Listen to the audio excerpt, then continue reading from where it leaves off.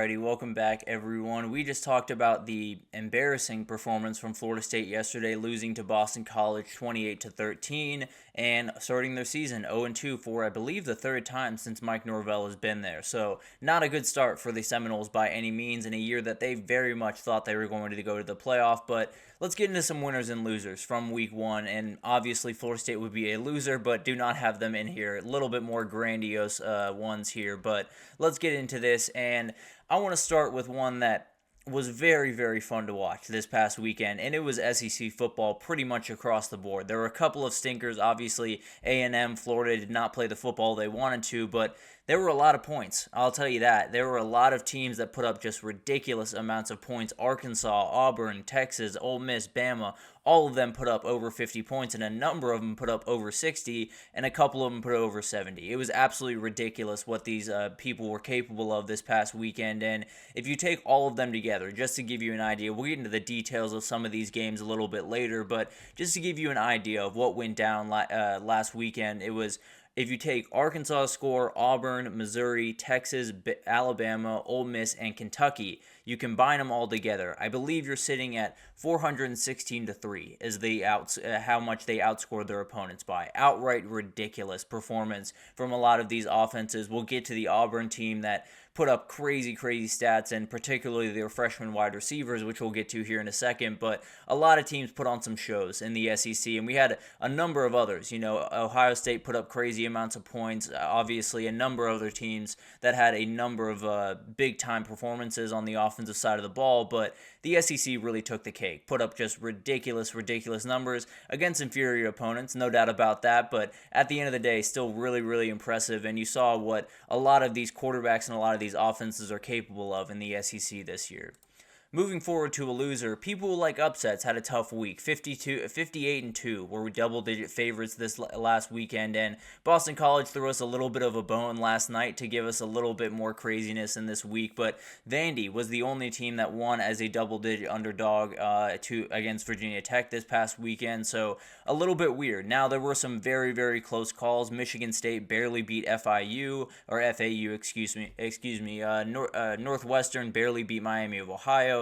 Texas Tech escaped Abilene Christian, frankly should have lost. South Carolina, almost the exact same thing with Old Dominion. So it was a lot of really close threats. And then you had UNLV get the upset over Houston, although that was only a 2.5 point spread by the time it came up. So I think it's going to be one of those weeks where we look back and we say, wow, that really wasn't all that crazy, but maybe it gets crazier this weekend. Maybe this week being not as chaotic, not as wild, is a precursor to this next weekend being all over the place and absolutely off the wall. So definitely, if that's the trade-off that we're making, I'm more than fine with that. Still some really great football this past weekend and some really close upsets, but nothing actually broke through except for Vandy and Boston College this past week. Moving on, another winner is teams with new play callers had a day. Whether it was the offensive or defensive play callers for these teams, you had a lot of those big-time hires from this offseason really show themselves. And the big headline was Andy Kotelnicki at Penn State did an incredible job with that offense, showed what Drew Aller can be in a explosive down-the-field offense, was really fun to watch. Bush Hamden over at Kentucky did a really good job in his first game coming over from Boise State. Chip Kelly obviously got that offense rolling.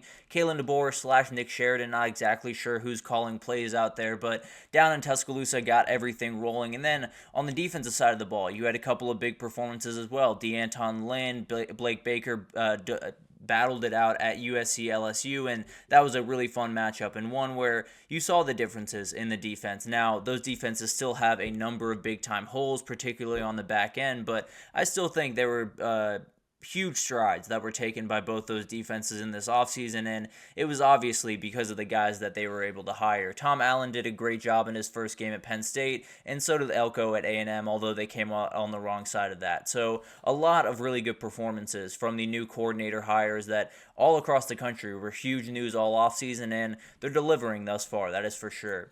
A loser absolutely a loser is the ACC. When you look at the ACC this past weekend, Miami and I guess Boston College are the only two teams that really looked all that great. I think there were a couple other teams, Louisville really delivered, Georgia Tech took care of business, SMU played better this week than they did a week ago, but I still think they have quarterback problems. Syracuse was able to get it done. So overall, the conference went 12-3. It wasn't all that crazy, leaving out the Boston College Florida State game, obviously, but so it was a lot of W's, not a lot of L's, but at the end of the day, Virginia Tech, North Carolina State, and UNC did not play good football this past weekend. UNC looks like a team that, if it's not going to be Omarion Hampton, they're going to have a lot of big-time problems. Virginia Tech just looks totally out of sorts, looks like they do not know what they want to do offensively. And then NC State, that defense is all over the place, and the run game is not where you want it to be. So overall, I think you look at this ACC conference, and coming out of week one at the very least, Miami looks like they are setting the pace, and they are miles ahead of people as of right now. But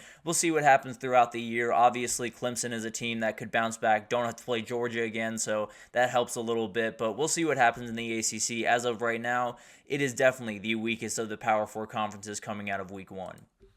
Winners are big time.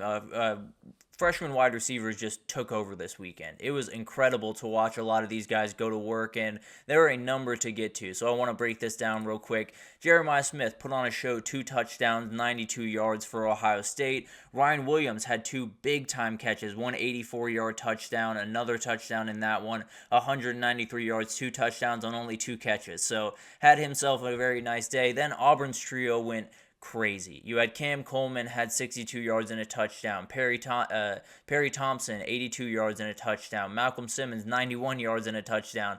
They did everything you could possibly want them to do, and obviously, playing Alabama A&M lends itself to that just a little bit, but still really incredible performances from that group over there in Auburn, Alabama. Then you had Texas. Ryan Wingo led them in receiving yards in a day where they spread the ball out a ton. He made a number of really, really good plays, and I know Texas fans are very happy about him. And then you had Reese Vanderzee, made a number of big-time plays for Iowa. Was the first time I've seen an Iowa receiver do a lot of good things in a football game, if I'm being totally honest. He had 66 yards, 2 touchdowns, and this entire Iowa offense looked a lot better in the second half of that game. So definitely a lot of really impressive performances from the freshman wide receivers all over the country, and it shows you, we were talking about him coming in, being one of the best groups that I've seen in quite some time.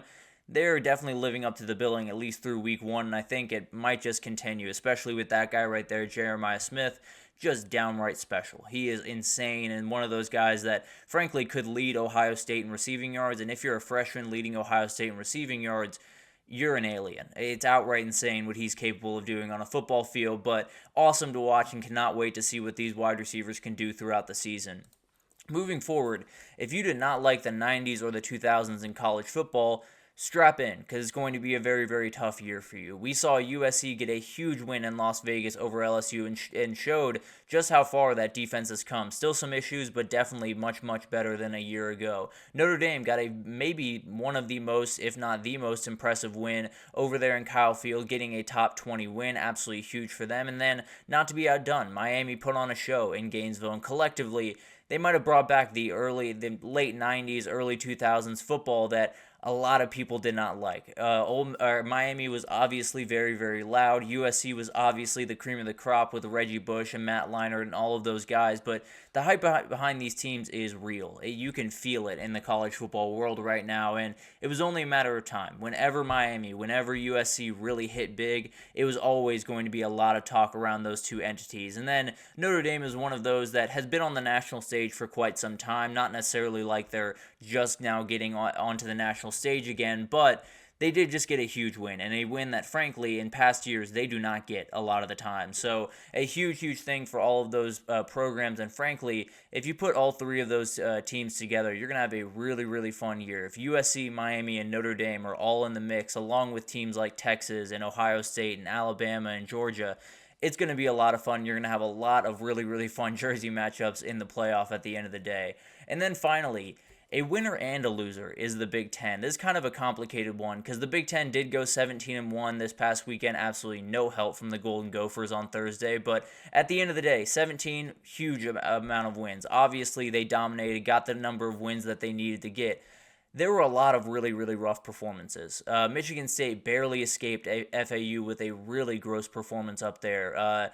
Wisconsin was essentially gifted a muff punt to beat Western Michigan. Oregon really struggled, and we'll get into the details of that in the next segment. And then Michigan as well. Again, the next segment we'll get into. Northwestern barely beat Miami of Ohio. UCLA had a really rough 3-point win against Hawaii. There were a lot of really, really bad things from the Big Ten. Now, they did come out on the winning side of things, so not necessarily too much to worry about. But when you're looking back at this week, the two teams that were really impressive were USC and Penn State. Those are the teams that got those big-time wins against LSU, against West Virginia. Ohio State played good football, but it was Akron, so I'm kind of taking that a little bit out of the equation here. But overall, I think you got the wins that you needed to. You got two really big ones, obviously, but at the end of the day, there is a lot of questions about a lot of the teams in this conference, and we'll see what they can do throughout the rest of the season. Obviously, Oregon and Michigan are going to have to turn it around, because if they don't, then they might be in for a really long season and one that leaves a lot on the table. So